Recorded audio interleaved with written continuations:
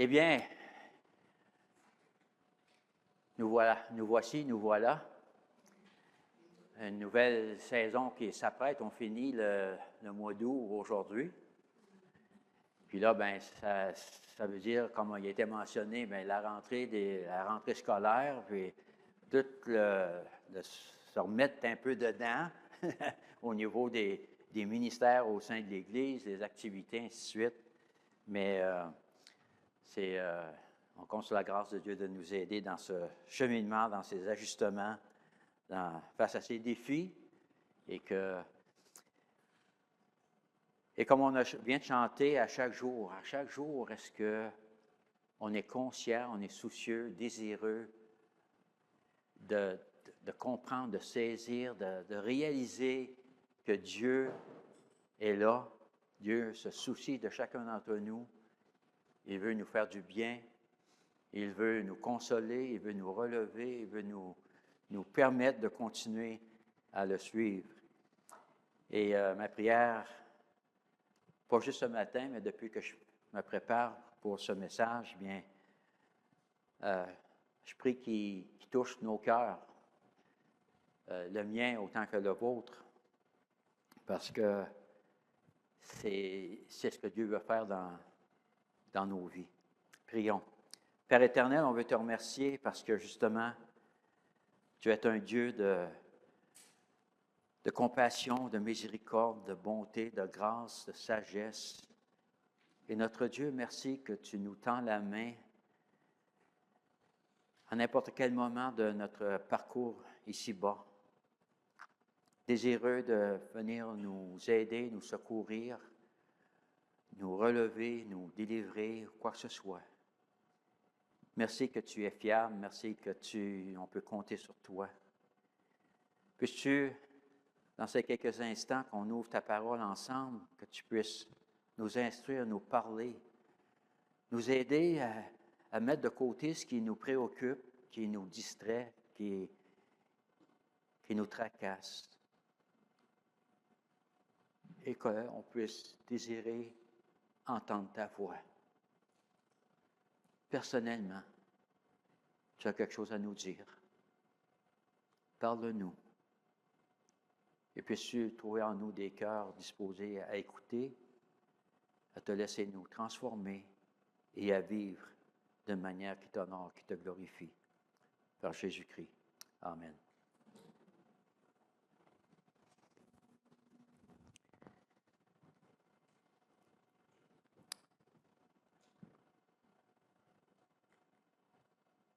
Hey.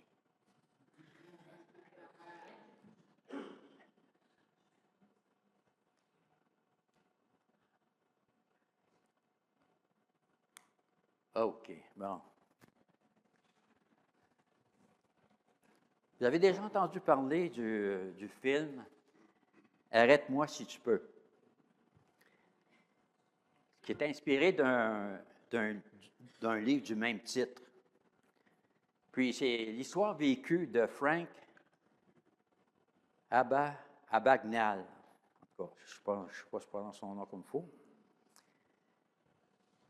C'est un exemple d'une personne qui s'est présentée sous de fausses représentations avec des cartes d'affaires, des documents.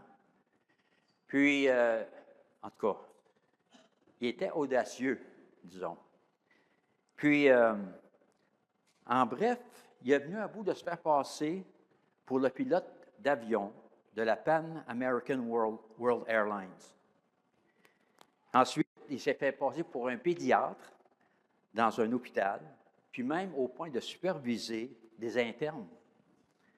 Puis, il s'est fait passer pour un avocat au bureau du procureur général de la Louisiane, sans vraiment avoir aucune compétence dans aucun de ces domaines-là.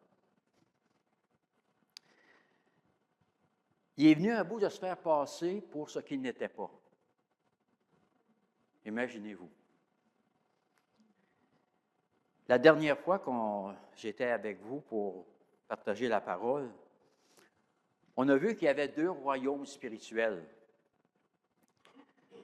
Celui des ténèbres qui est caractérisé par le mensonge, puis qui est dirigé par l'imposteur Satan. L'autre, c'est celui de la lumière et de la vérité, qui est dirigé par le seul vrai Dieu. Puis chaque être humain fait partie de l'un ou l'autre de ces royaumes, qu'on en soit conscient ou non, qu'on le réalise ou non. Excepté que ceux pour le royaume de la lumière, j'espère que vous le réalisez. Parce que c'est Dieu a mis devant les êtres humains ce choix. Alors, lorsque Jésus est venu ici-bas, ce ne s'est pas fait avec trompette et fanfare. Très peu connaissaient sa véritable identité. Et on a un exemple. À sa naissance, il y a des mages qui sont venus le chercher, puis ils cherchaient qui? Le roi des Juifs. Mais les autres, la plupart des gens ne réalisaient pas qu'il était le roi des Juifs. Une trentaine d'années plus tard, lorsque Jésus a commencé son ministère, il ne s'est pas présenté avec une carte d'affaires faussée ou un document forgé. Dans le but de révéler son identité et qui il était véritablement. Mais il a annoncé le royaume de Dieu, déclarant, et c'est ce qu'on a vu la semaine passée, ou pas la semaine passée, mais je veux dire il y a 2 semaines, pour avoir accès au royaume de Dieu, il nous faut d'abord reconnaître notre besoin. Deuxièmement, il nous faut avoir la disposition d'un enfant. Puis, troisièmement, il nous faut naître de nouveau par l'Esprit. Le but de Jésus, en proclamant ces vérités importantes, c'était de permettre aux captifs du royaume des ténèbres, celui de Satan, qu'ils puissent réaliser que Dieu avait fourni un moyen par lequel ils pouvaient être délivrés de ce royaume maléfique et être transportés dans le royaume de son Fils bien-aimé. C'est que Dieu, depuis la chute, eh bien, il veut secourir, restaurer, nous accorder la vie abondante en son Fils Jésus-Christ. Parce que c'est lui le roi des rois, le Seigneur des seigneurs.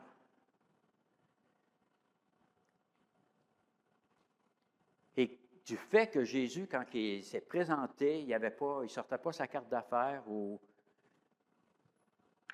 son certificat de naissance. Mais il s'est révélé ou s'est identifié en se présentant par ce qu'il faisait. Et cette autorité qu'il avait se démarquait du reste de l'humanité parce qu'il était complètement une classe à part. Et quand on lit dans les évangiles, il y a plusieurs ici qui nous sont rapportés. Puis ceux qu'on va regarder ensemble, il y a trois récits qui se trouvent dans chacun des 3 premiers évangiles, Matthieu, Marc et Luc. Et on va peut-être on va chevaucher un petit peu, mais je vais me concentrer sur le récit de Luc. Puis dans ces récits, justement, par ce que Jésus fait, il démontre son autorité. Il démontre qu'il n'est pas comme les autres. Il ne peut pas être simplement un être humain comme ceux qui l'entouraient.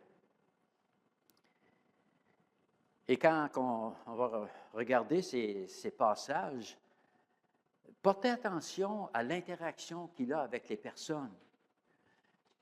Et surtout, ce qu'il dit. Et puis, qu'est-ce qui se produit? Alors, la première chose qu'on va regarder ensemble, c'est Jésus est le Seigneur ayant autorité sur la création. Et on trouve ça dans Luc 8, 22 à 25. Et je vais en faire la lecture pour vous donner un aperçu là, de l'ensemble. Alors, ça dit dans Luc 8, 22, « Un jour, Jésus monta dans une barque avec ses disciples. Il leur dit, « Passons de l'autre côté du lac. » Et ils partirent.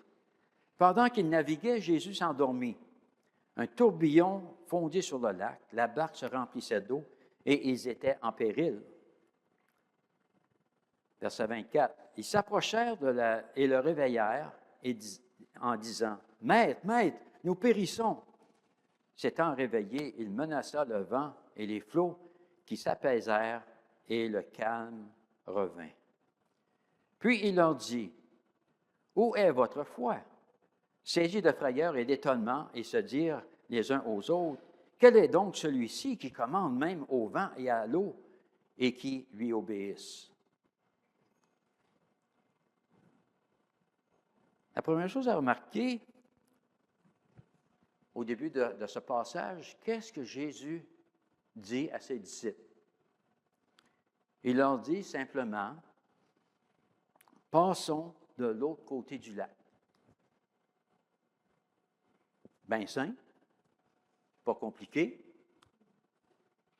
c'est direct, il n'y a pas d'essayer de savoir qu'est-ce qu'il veut dire au juste. Passons de l'autre côté du lac. Jésus savait qu'est-ce qui arriverait. Les disciples, aucunement. Puis, dans ma tête, il se passe des affaires, tu sais. Là, je me dis, mettons, tu sais, nous autres, on aimerait bien ça que Dieu nous dise, nous précise les détails de ce qui va nous arriver, hein? On le souhaite jusqu'à temps qu'il nous le dirait, là. Mais disons que, en passant, les gars, là, je vais m'endormir, il va y avoir une tempête, vous allez paniquer, mais vous n'en faites pas, je suis là, je vais m'en occuper. Quand que Jésus a embarqué dans la barque, je ne sais pas combien de disciples auraient resté sur la rive, il dit, bien, on va passer notre tour. Hein? C'est pour ça que Dieu ne donne pas tous les détails. OK? En tout cas, ça, c'est mon imagination qui s'emporte, là. Alors, Jésus, il monte à bord, Jésus s'endort. Puis, là, il y a la tempête qui survient. Et dans cette barque, il y a des pêcheurs chevronnés, aguerris. Eux autres, c'est là qu'ils ont pêché, puis ils ont sans doute vu des tempêtes. Puis, avec les autres qui sont eux-mêmes, sont pris de panique parce que là, ils n'ont jamais vu une tempête aussi féroce, puis que là, l'eau rentre dans la barque, puis ils sont trempés à la vette. Mais là, au moins, Jésus est là. Il dort. Pas tout à fait ce que les disciples voulaient voir. Hein? Puis, il le réveille. Et là, je sors les différents textes dans des évangiles pour voir un peu les différentes choses qui sont dites. Alors, pris de panique, il le réveille, criant, « Maître, Maître, nous périssons. » Puis dans Matthieu, ça dit, « Seigneur, sauve, nous périssons. » Puis dans Marc, ça dit, « Maître, ne t'inquiètes-tu pas de ce que nous périssons? » Alors, ils étaient pris, là, puis ils espéraient que Jésus fasse quelque chose. Parce qu'eux, ils étaient démunis, ils étaient limités. Puis oui, Jésus a fait quelque chose. Il menaça le vent et la mer, puis dans Marc, ça dit, « Silence, tais-toi. » Puis, quand il a dit ça, il l'a dit d'une manière qui s'attendait à ce que ça se réalise, que ça se fasse. Puis là, aussitôt que ces paroles ont sorti de sa bouche, qu'est-ce qui est arrivé? La tempête a cessé, le calme est venu. Puis là, après qu'il s'est adressé ainsi à la tempête puis pour la faire cesser, il se tourne vers ses disciples, puis il s'adresse à eux. Et on voit, comme dans Matthieu 8, « Pourquoi avez-vous peur, gens de peu de foi? » Puis dans Marc, ça dit « Comment n'avez-vous point de foi? » Puis comme on vient de lire dans Luc, « Où est votre foi? » C'est comme si Jésus leur demandait de s'arrêter, de réfléchir ce qui se passait dans leur tête, puis leur action qu'ils venaient de faire. C'est comme s'il avait dit, « N'avez-vous pas confiance en moi? » Quand Jésus, passons de l'autre côté du lac, pensez-vous que je blaguais? Pensez-vous que je ne savais pas de ce que je parlais?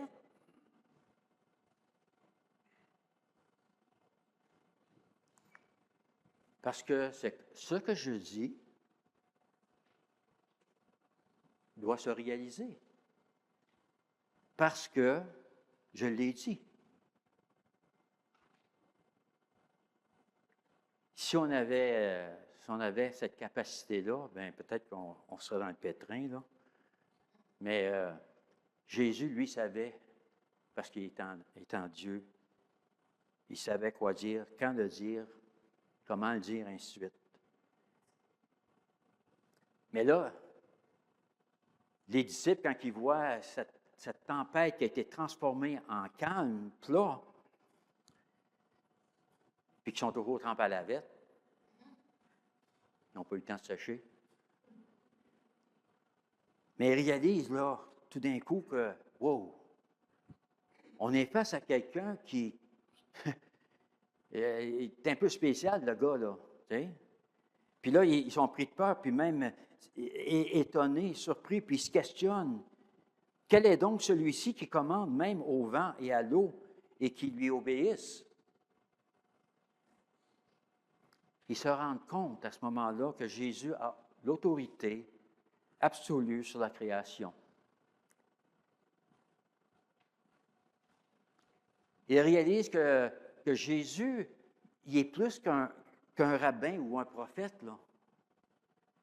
Parce qu'en fin de compte, il peut faire ce que seul Dieu peut faire.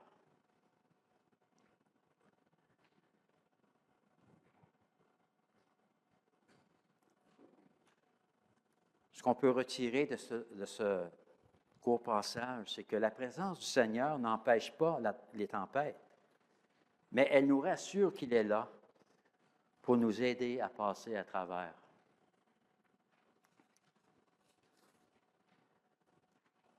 Qui d'entre nous n'a pas traversé de tempête durant notre séjour ici-bas sur terre? Des tempêtes telles que la maladie, l'insécurité financière, les conflits familiaux, ou même dans le contexte du travail, le deuil, puis la liste s'allonge. Puis bien souvent, on a l'impression que lors de cette tempête-là, ou de ces tempêtes-là, que Jésus fait un petit somme. Comme s'il ne se souciait pas de nous. « Hey, voyons, Seigneur, qu'est-ce que tu fais, là? Tu ne vois pas que je suis dans le pétrin, j'ai de l'eau jusqu'en dessous du nez, là, puis là... » C'est ce que les disciples ont vécu, étant dans cette barque qui se remplissait d'eau. Mais qui était aussi dans la barque? Jésus. Et vers qui se sont-ils tournés? Qui d'autre que Jésus? Parce qu'ils ont peut-être fait le tour, mais ils n'ont pas tiré à courte part à savoir qui les sortirait de ce pétrin-là. Jésus. Et lorsque nous, on passe dans ces moments de tempête, de turbulence, vers qui est-ce qu'on se tourne? Est-ce qu'on s'imagine qu'on croit que Dieu n'est pas au courant, que le Seigneur est complètement disconnecté de la réalité que l'on vit? Jésus n'est pas seulement le maître de la tempête sur un lac il y a plus de 2000 ans. Il est le Seigneur ayant autorité sur nos tempêtes, nos circonstances. Sa parole est encore autorité pour calmer les tempêtes dans notre vie. Alors Jésus est le Seigneur ayant autorité sur la création et il nous invite et nous encourage à lui faire confiance au milieu de nos tempêtes. L'apôtre Pierre exprime dans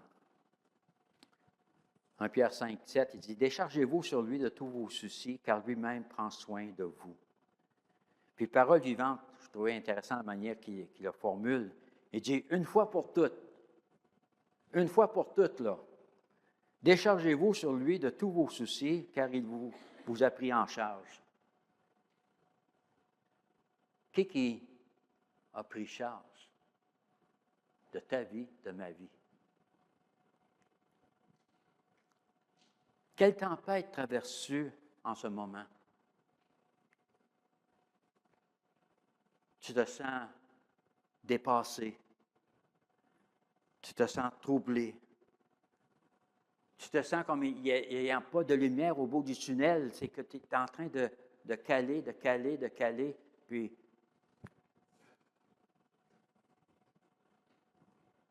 mais la prochaine question, qu'est-ce qui t'empêche de faire confiance au Seigneur?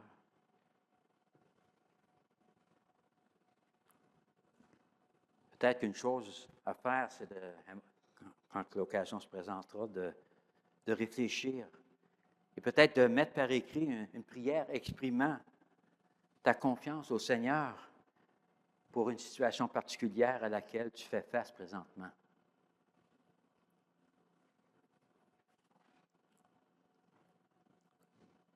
Ensuite, Jésus est le Seigneur ayant autorité sur les démons. Et c'est ce qu'on voit dans Luc 8, 26 à 33.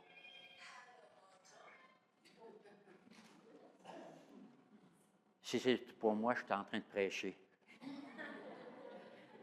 Peut-être me rappeler plus tard ou laisser un message. OK, là, maintenant qu'on a eu une pause, on continue. Luc 8, 26.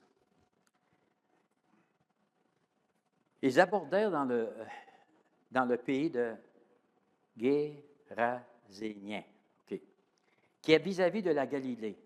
Lorsque Jésus fut descendu à terre, il vint au-devant de lui un homme de la ville qui était possédé de plusieurs démons. Depuis longtemps, il ne portait point de vêtements et avait sa demeure non dans une maison, mais dans des sépulcres. Verset 28.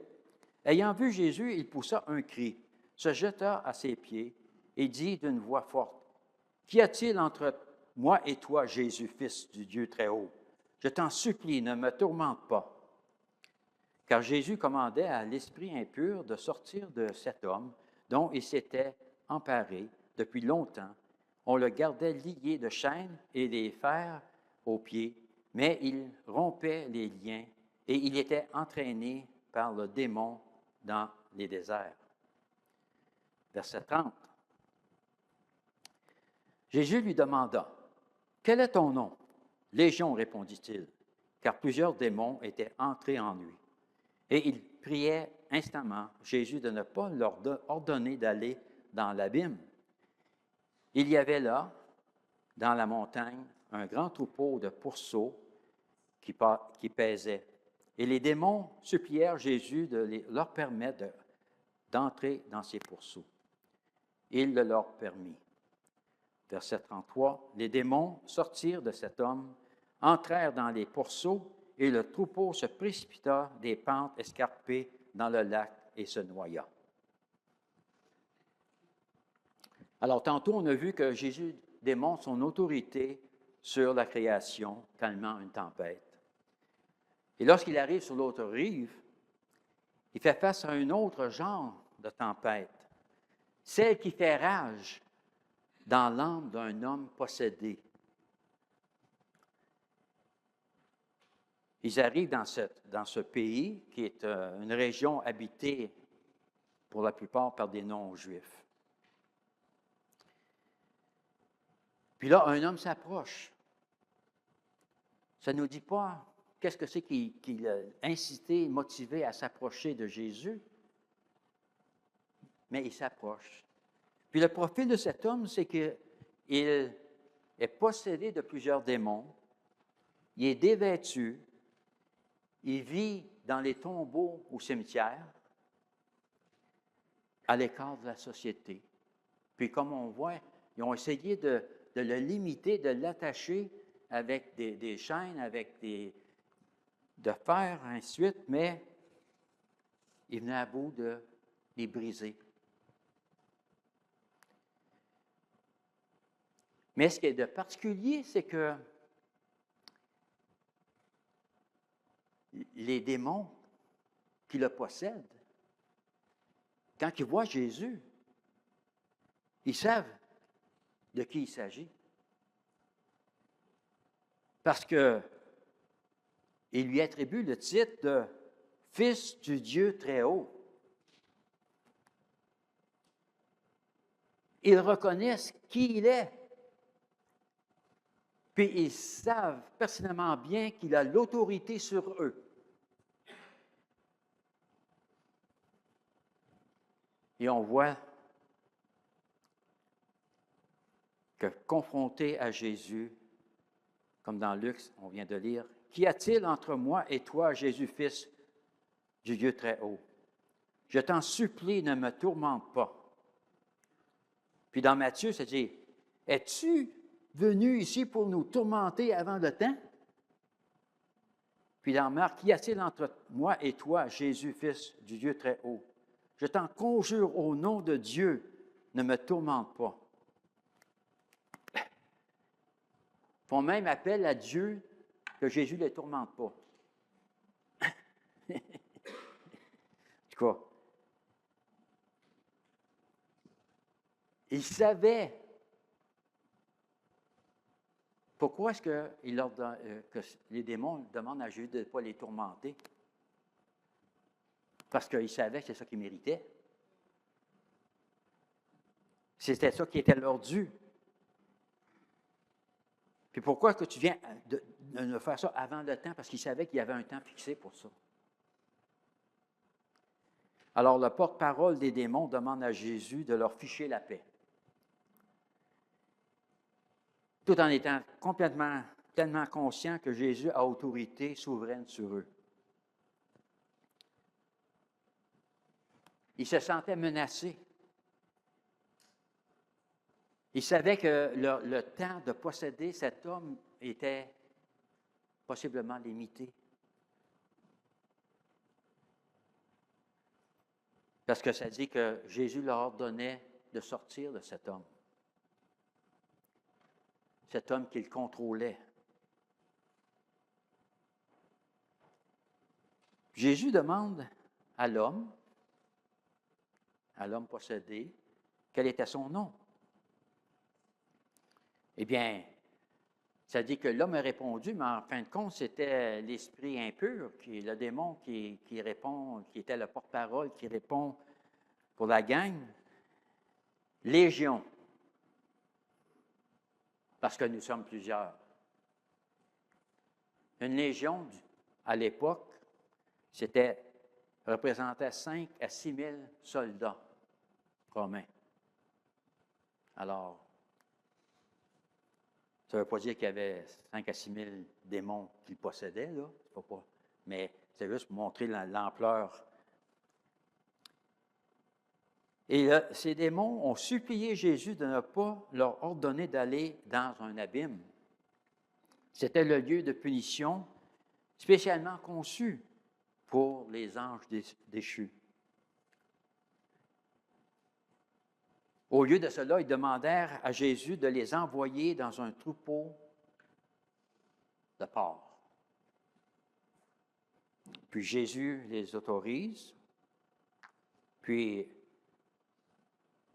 après avoir contrôlé, possédé cet homme, et ayant reçu le commandement de sortir de cet homme et avoir eu l'autorisation de Jésus, ils prennent le contrôle de ce troupeau de porcs. Qu'est-ce qui s'ensuit? Bien, le troupeau au complet se met à courir, se précipiter, puis sauter dans la mer où ils ont péri.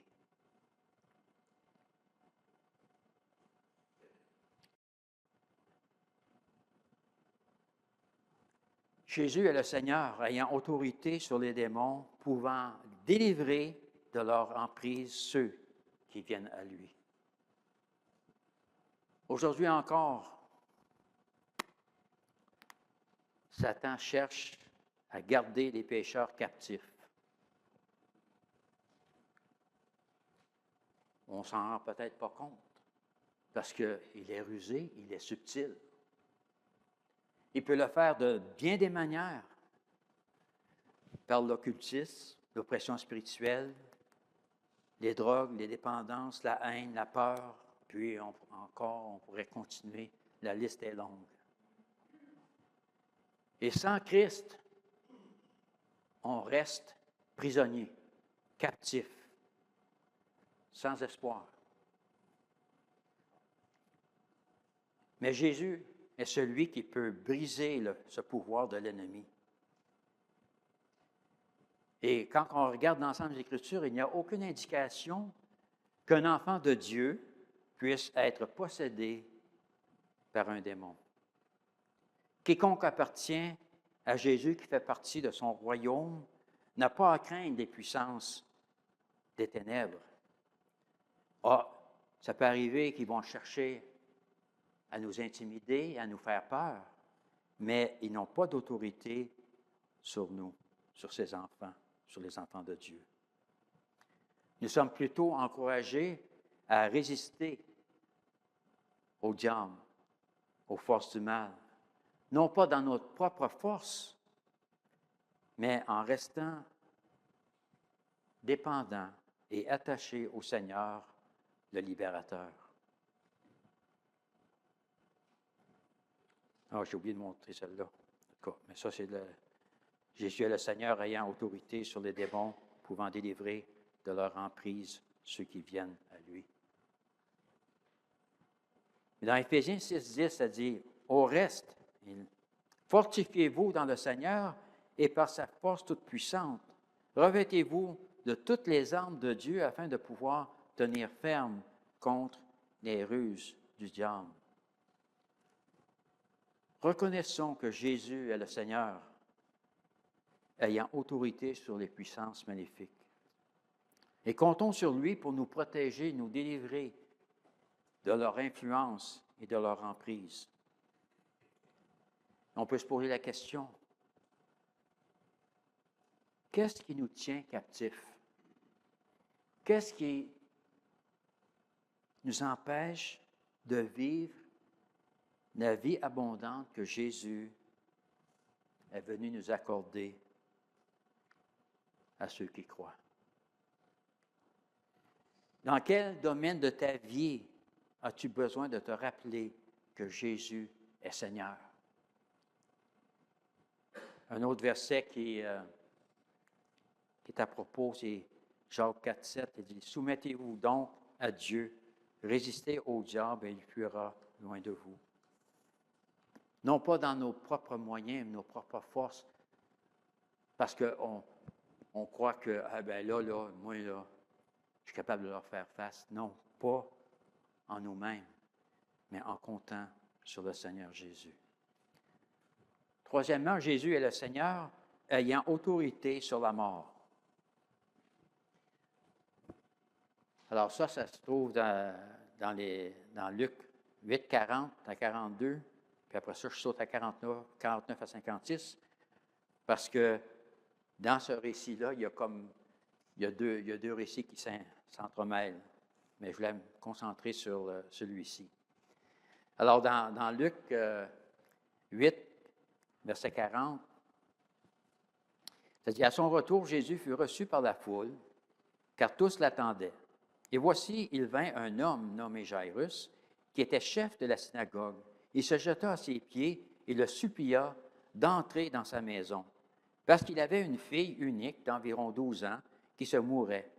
Pendant que Jésus allait, il était pressé par la foule. » Et on va au verset 49. « Comme il parlait encore, survint de chez le chef de la synagogue quelqu'un disant, « Ta fille est morte, n'importune pas le maître. » Mais Jésus, ayant entendu cela, dit au chef de la synagogue, « Ne crains point, crois seulement, et elle sera sauvée. » Lorsqu'il fut arrivé à la maison, il ne permit à personne d'entrer avec lui, si ce n'est à Pierre, à Jean et à Jacques, et au père et à la mère de l'enfant.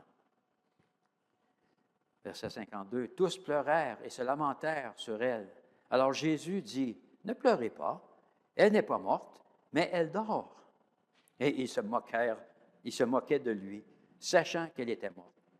Mais il la saisit par la main et dit d'une voix forte, « Enfant, lève-toi. » Verset 55, « Et son esprit revint en elle, et à l'instant même, elle se leva, et Jésus ordonna qu'on lui donne à manger. Les parents de la jeune fille furent dans l'étonnement, et il leur recommanda de ne dire à personne ce qui était arrivé. » Alors, c'est les deux événements qui s'entrecroisent ici, c'est la mort de cette fillette de 12 ans, mais aussi la maladie d'une femme qui avait une perte de sang incurable depuis bien longtemps. Et ça, on va la mettre de côté pour l'instant. Alors, en arrivant sur la rive, parce que ce qu'on n'a pas vu, c'est que quand après que Jésus a chassé ces mauvais esprits, la foule qui était sur les lieux, ils ont dit, non, nous, ça ne nous intéresse pas, là. Tu peux partir puis, le plus vite possible. Ça, c'est ma version à moi. Okay? Alors, Jésus a dit, OK, correct. Puis il est parti, puis alors il arrive, c'est pour ça que ça arrive, il arrive sur l'autre rive. Puis, mais là, il est accueilli chaleureusement par une autre foule. Et de parmi eux, il y a un homme du nom de Jairus, qui est un des responsables des chefs de la synagogue, qui s'approche puis lui demande, « Viens, je voudrais que tu viennes chez moi. » Parce que, justement, sa fille de 12 ans se mourait. Mais là, Jésus accepte et ils se mettent en route. Mais ça dit que Jésus est pressé par la foule. Puis là, parmi cette foule-là, il y a cette dame qui souffre d'une perte de sang depuis plusieurs années, puis de peine et misère, probablement, elle tend la main pour le toucher, pour être guérie. Alors, ça ne nous dit pas combien de temps que c'est écoulé, là, mais tu peux t'imaginer, Jairus est là, puis on peut-tu, tu sais, veux dire, ma fille, hein?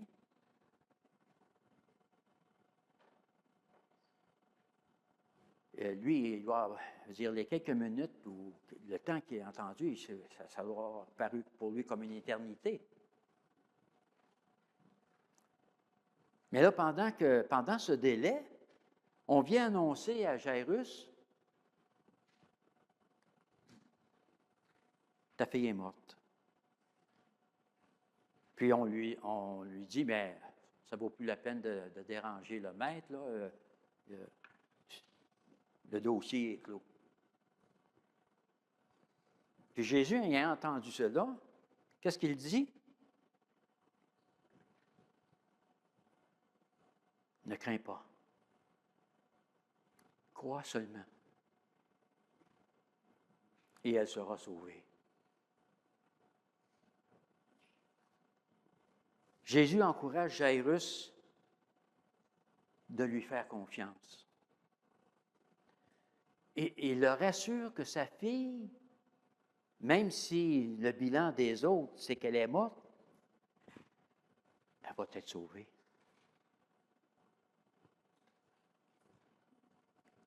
Alors, arrivé chez Jairus, eh bien, Jésus limite le nombre de personnes qui vont l'accompagner. Ils ont mentionné Pierre, Jean, Jacques et les parents de la fille.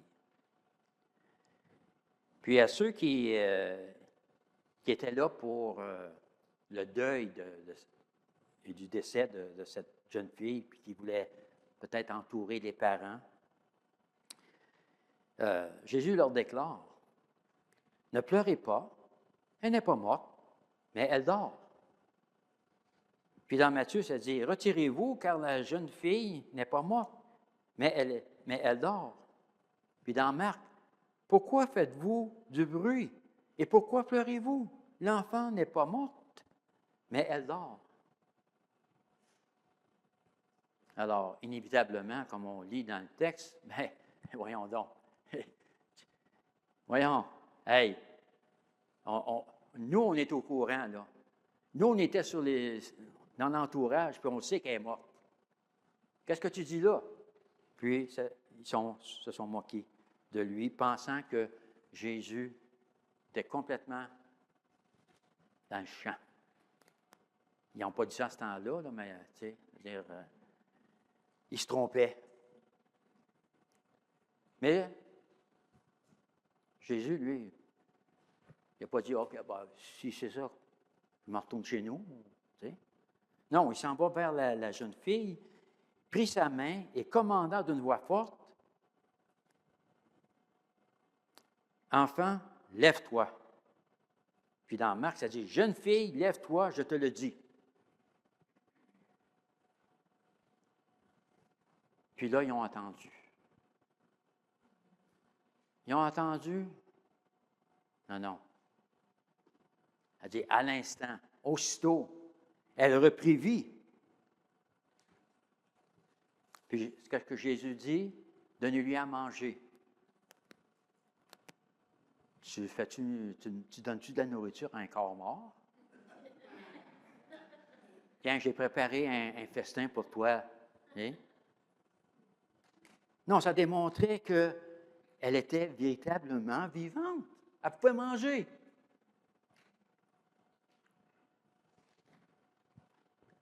Alors, ce qu'on voit, c'est que Jésus n'est pas restreint par les contretemps, car il a toute autorité sur la mort.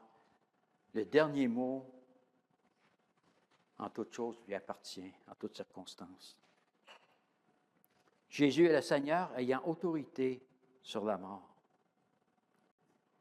À une autre occasion, Jésus a ressuscité un homme. Et ça, on voit ça dans Jean chapitre 11, c'est Lazare. Et ça nous rapporte qu'il était mort depuis combien de temps? 4 jours. OK, par le temps qui... Et là, Jésus dit à Marthe, on voit ça dans Luc 11, Jésus lui dit, « Je suis la résurrection et la vie, celui qui croit en moi vivra même s'il meurt. Et quiconque vit et croit en moi ne mourra jamais. Crois-tu cela? » La foi en Dieu est l'élément essentiel lui permettant d'accorder le don de la vie éternelle. Jésus dit dans Jean 5, 24, « En vérité, je vous le dis, celui qui écoute ma parole et qui croit à celui qui m'a envoyé a la vie éternelle et ne vient point en jugement, mais il est passé de la mort à la vie. » Jésus est le Seigneur ayant autorité sur la mort. Puis il l'a confirmé lui-même après sa mort, après avoir été mis dans le tombeau, parce qu'il est ressuscité. Parce que lui-même avait déclaré, et c'est un passage qui m'a toujours fasciné, ou en tout cas émerveillé, dans Jean 10, 17, 18, il dit, « Le Père m'aime parce que je donne ma vie afin de la reprendre. Personne ne me l'ôte, mais je la donne de moi-même. » Puis remarquez ce qu'il dit ensuite, « J'ai le pouvoir de la donner. » J'ai le pouvoir de donner ma vie. Puis après ça, il dit, j'ai le pouvoir de la reprendre. Même mort, il avait le pouvoir de revenir à la vie. Assez exceptionnel, unique et sans pareil. La mort est le plus grand ennemi de l'humanité. Personne n'y échappe. La mort nous rappelle nos limites, notre impuissance. Face à elle, les plus grands savants, les plus riches, les plus puissants doivent un jour s'incliner. Mais l'Évangile présente une bonne nouvelle. Jésus-Christ est Seigneur, ayant autorité même sur la mort. Jésus, comme il le révèle dans le passage dans Jean, il est la résurrection et la vie. Vivant aujourd'hui, ayant vaincu la mort pour tous ceux qui croient en lui. Soyons donc reconnaissants que Jésus a autorité sur la mort, garantissant à ceux qui croient en lui la vie éternelle.